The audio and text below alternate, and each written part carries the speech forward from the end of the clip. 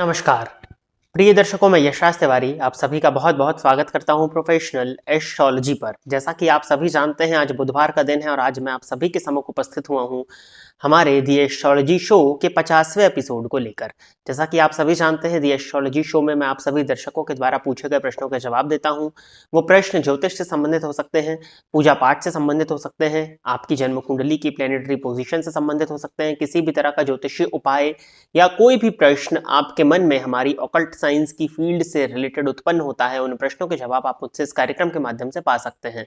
क्या करना होगा आपको अपने प्रश्नों को पूछने के लिए? इसी वीडियो के कमेंट सेक्शन में जाकर के अपने नाम के साथ में अपने स्पेसिफिक प्रश्न को दे दीजिए। फिर जैसे ही दी एस्ट्रोलॉजी शो के आने वाले एपिसोड्स आते हैं, उन एपिसोड्स में मैं आप सभी दर्शकों के द्वारा पूछे गए प्रश्नों के जवाब को लेकर के उपस्थित हो जाऊंगा। यदि इस कार्यक्रम से आपका कुछ भी लाभ होता है, इस कार्यक्रम को देखने में आपको आनंद की अनुभूति होती है, तो इस वीडियो को लाइक करिए, साथ ही साथ इस चैनल को सब्सक्राइब करिए, ताकि इन फ्यूचर जो भी कंटेंट मेरे द्वारा इस चैनल पर अपलोड किया जाता है उसका नोटिफिकेशन आपको मिलता रहे। इस कार्यक्रम से यदि आपका लाभ हो रहा है तो ज्यादा से ज्यादा लोगों के साथ में इस वीडियो को शेयर करिए, ताकि उनका भी लाभ हो और उसका माध्यम आप बने। जैसा कि आप सभी दर्शक जानते हैं कि वर्ष 2024 की शुरुआत हो चुकी है और हमारे इस चैनल पर वार्षिक राशिफल 2024 की सीरीज अपलोड की जा चुकी है, जिसमें मेष लग्न एवं मेष राशि के जातकों से लेकर के मीन लग्न मीन राशि के जातकों तक उनके पूरे वर्ष 2024 का हाल तैयार किया गया है। साथ ही साथ क्या उपाय उनको करना चाहिए जिससे वो अपने इस वर्ष 2024 को श्रेष्ठ बना सकें, इस विषय में भी उन वीडियोस में बताया हुआ है। तो जाकर के उस प्लेलिस्ट को चेक कर लीजिएगा। इस समय जो आपको आई कार्ड पर ऊपर लिंक दिखाई दे रहा है वो उसी प्लेलिस्ट का है। उस लिंक पर क्लिक करते ही आप वार्षिक राशिफल 2024 की प्लेलिस्ट पर पहुंच जाएंगे। साथ ही साथ इस वीडियो के डिस्क्रिप्शन बॉक्स में जो पहला लिंक है वो भी उसी प्लेलिस्ट का है, तो जाकर के उसको क्लिक करेंगे आप तो आपके सामने पूरा वार्षिक राशिफल 2024 का हाल आ जाएगा। तो जाकर के उसको देख लीजिएगा और आप जान सकते हैं कि क्या अच्छा और क्या बुरा वर्ष 2024 में आपके साथ होने जा रहा है, कैसे आप अच्छे प्रभावों को मैक्सिमाइज कर सकते हैं और बुरे प्रभावों को मिनिमाइज कर सकते हैं। अब हम बिना विलंब किए अपने आज के इस कार्यक्रम की शुरुआत करते हैं और आज के इस कार्यक्रम का जो पहला प्रश्न है, एक आईडी है मैथ्स क्लासेस नाम से और श्वेता जी का प्रश्न है। प्रश्न थोड़ा सा बड़ा दिखाई पड़ रहा है, इसको पढ़ते हैं। इन्होंने लिखा है कि अगर लग्न वर्गोत्तम हो, यानी D1 और D9 के लग्न में समान राशि हो तो इसे शुभ बताते हैं। जी, वर्गोत्तमी लग्न को शुभ बताया जाता है।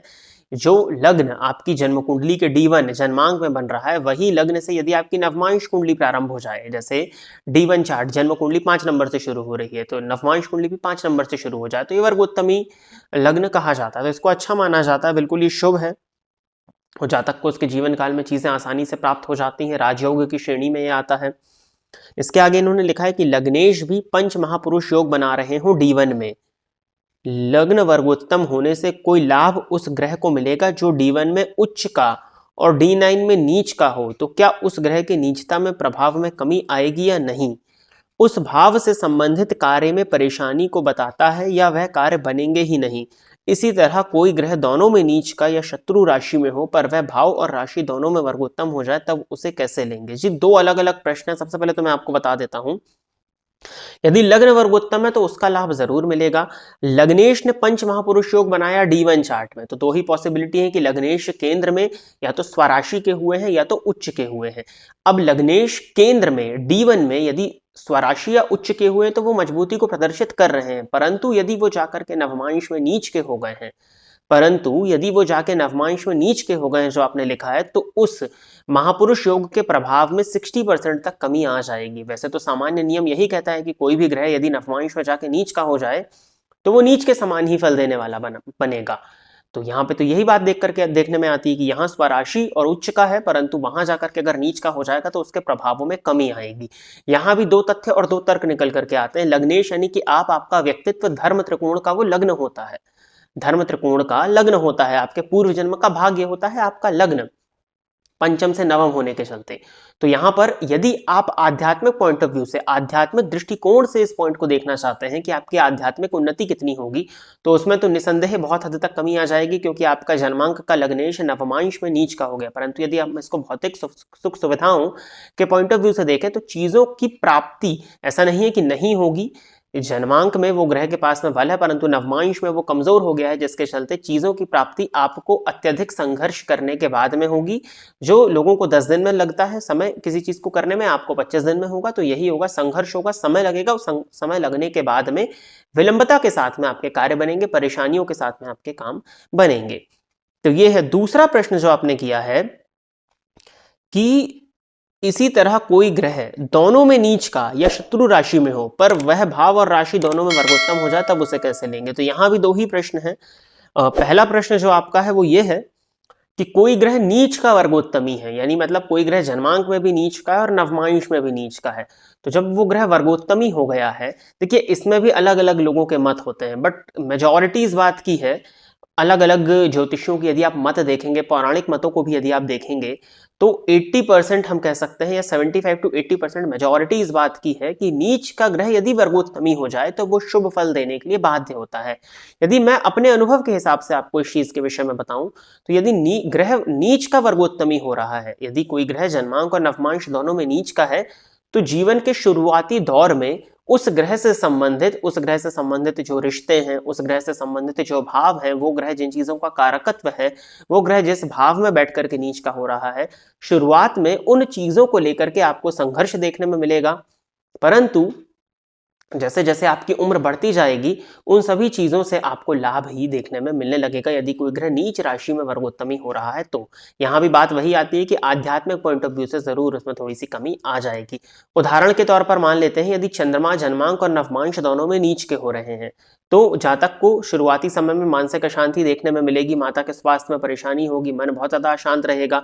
यदि कर्मेश है तो शुरुआती करियर में स्ट्रगल होगा, परंतु वो चूंकि वर्गोत्तमी भी हो गए, तो जैसे जैसे जातक की उम्र बढ़ेगी तो माता के स्वास्थ्य में भी कुछ हद तक सुधार, मानसिक अशांति को वो डील करना सीख जाएगा, और करियर में भी धीरे धीरे स्लोली ही सही उसकी प्रोग्रेस देखने में उसको मिल जाएगी। तो ये चीज हो गई। एक चीज और यहां तर्क आता है कि गुरु और शुक्र का जो बल है वो नवमांश में देखा जाता है, तो यदि नवमांश में गुरु और शुक्र नीच के हो गए हैं, तो कहीं ना कहीं इनके प्रभावों में, इनके इंडिविजुअल प्रभावों में कमी आ जाती है। तो इन दो ग्रहों का एक्सेप्शन भी यहां पर देखना होता है। दूसरा ये है कि दोनों में वर्गोत्तम हो जाए, और अच्छा अगर कोई ग्रह, ये तो नीच का हो गया, यदि कोई ग्रह शत्रु राशि में बैठा है, ये आपने पूछा है कि यदि कोई ग्रह शत्रु राशि में बैठा है और वो वर्गोत्तमी हो जाए, तो वर्गोत्तमी होने का ही मतलब है कि वो ग्रह बली हो गया है। अब कोई ग्रह शत्रु राशि में बैठ करके यदि बली हो गया है और उस भाव का भावाधिपति यानी उस ग्रह का डिस्पोजिटर, फॉर एग्जाम्पल हम ले लेते हैं जैसे सूर्य है, सूर्य मकर राशि में बैठ गए और वर्गोत्तमी हो गए, तो शत्रु राशि में तो ये हो गए, अब वर्गोत्तमी हो गए। परंतु शनि जो कि सूर्य के डिस्पोजिटर है, यदि शनि कुंडली में बलवान हो जाएंगे तो सूर्य का श्रेष्ठ लाभ आपको देखने में मिल जाएगा। तो इसको इस तरह से देखा जाता है। बाकी वर्गोत्तमी ग्रह का प्रभाव श्रेष्ठ ही देखने में आता है, इसमें कहीं कोई दो मत नहीं है। ये बड़ा प्रश्न था, इसमें बहुत से प्रश्न सम्मिलित हो गए, परंतु ये सबके काम आने वाला था तो इसको ले लिया गया है। अगला प्रश्न जो है राजा राजा नाम से आईडी है, इन्होंने लिखा हुआ है कि सेकंड लॉर्ड चंद्रमा शनि राहु की दृष्टि से पीड़ित होकर थर्ड हाउस में बैठा हुआ है, मतलब मिथुन लग्न की जन्म कुंडली है आपकी, द्वितीय भाव का स्वामी चंद्रमा तीसरे भाव में शनि और राहु की दृष्टि से दृष्ट होकर के बैठा है, ठीक है। और D9 चार्ट में चंद्रमा फिफ्थ में बैठा है, केमद्रुम दोष का निर्माण कर रहा है, तो क्या होगा? देखिए यही होगा, संचित धन का नाश होगा और मानसिक अशांति आजीवन बनी रहेगी, माता के स्वास्थ्य में आजीवन कष्ट बना हुआ रहेगा, आजीवन सब कुछ होते हुए भी आपको खालीपन, लोलीनेस महसूस होगी। तो ये तो इसी बात को प्रदर्शित कर रहा है, संतान को लेकर के भी चिंता को प्रदर्शित कर रहा है। तो आपको मैं यही सलाह दूंगा कि भोलेनाथ की अत्यधिक आराधना करिए। इस चीज की अगर हो सके तो चंद्रमा का बीज मंत्र जो होता है वो ब्राह्मणों द्वारा जाप करा लीजिएगा या स्वयं से कर लीजिए संकल्प लेकर के, और शिव जी की अत्यधिक आराधना करिए। शिव जी को हो सके तो नित्य आप रुद्राभिषेक करिए, नित्य दुग्ध से अभिषेक करिए, फिर साफ जल से अभिषेक करिए, बेलपत्र इत्यादि चढ़ाइए। शिव जी की अत्यधिक आराधना करने से आपको इससे संबंधित जो परेशानियां आ रही हैं उसमें कमी आएगी। और धन भाव का स्वामी भी है तो श्री सूक्त का नियमित आप पाठ करते रहिए, वो उपाय भी आपकी सुरक्षा के लिए अत्यंत आवश्यक है। मिथुन लग्न के आप हैं, लक्ष्मी जी की आराधना करना वैसे भी आपके लिए काफी बेनिफिशियल होता है। तो प्रिय दर्शकों, इतने ही प्रश्नों को दी एस्ट्रोलॉजी शो के एपिसोड नंबर 50 में सम्मिलित किया गया था। आशा करता हूं कि जिन भी प्रश्नों का मैंने जवाब दिया उसको सुनकर के पूछने वाले दर्शक भी और जिन्होंने भी इस प्रश्न के जवाब को सुना वो सभी संतुष्ट होंगे।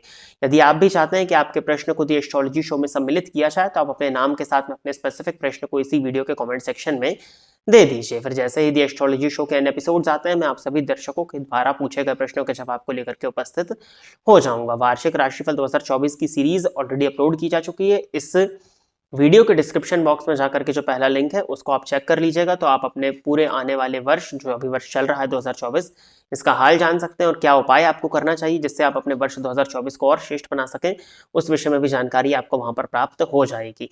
यदि आप इस वीडियो को देखते हैं और इस वीडियो से आपका कुछ भी लाभ होता है तो आप इस वीडियो को लाइक करिए, साथ ही साथ इस चैनल को सब्सक्राइब करिए ताकि इन फ्यूचर जो भी कंटेंट मेरे द्वारा इस चैनल पर अपलोड किया जाता है उसका नोटिफिकेशन आपको मिलता रहे। इस कार्यक्रम से आपको लाभ यदि मिल रहा है तो इस वीडियो को ज़्यादा से ज़्यादा लोगों के साथ में शेयर करिए ताकि और भी लोगों को इसका लाभ मिले और उसका माध्यम आप बने। आज के इस कार्यक्रम में बस इतना ही रखते हैं। नमस्कार।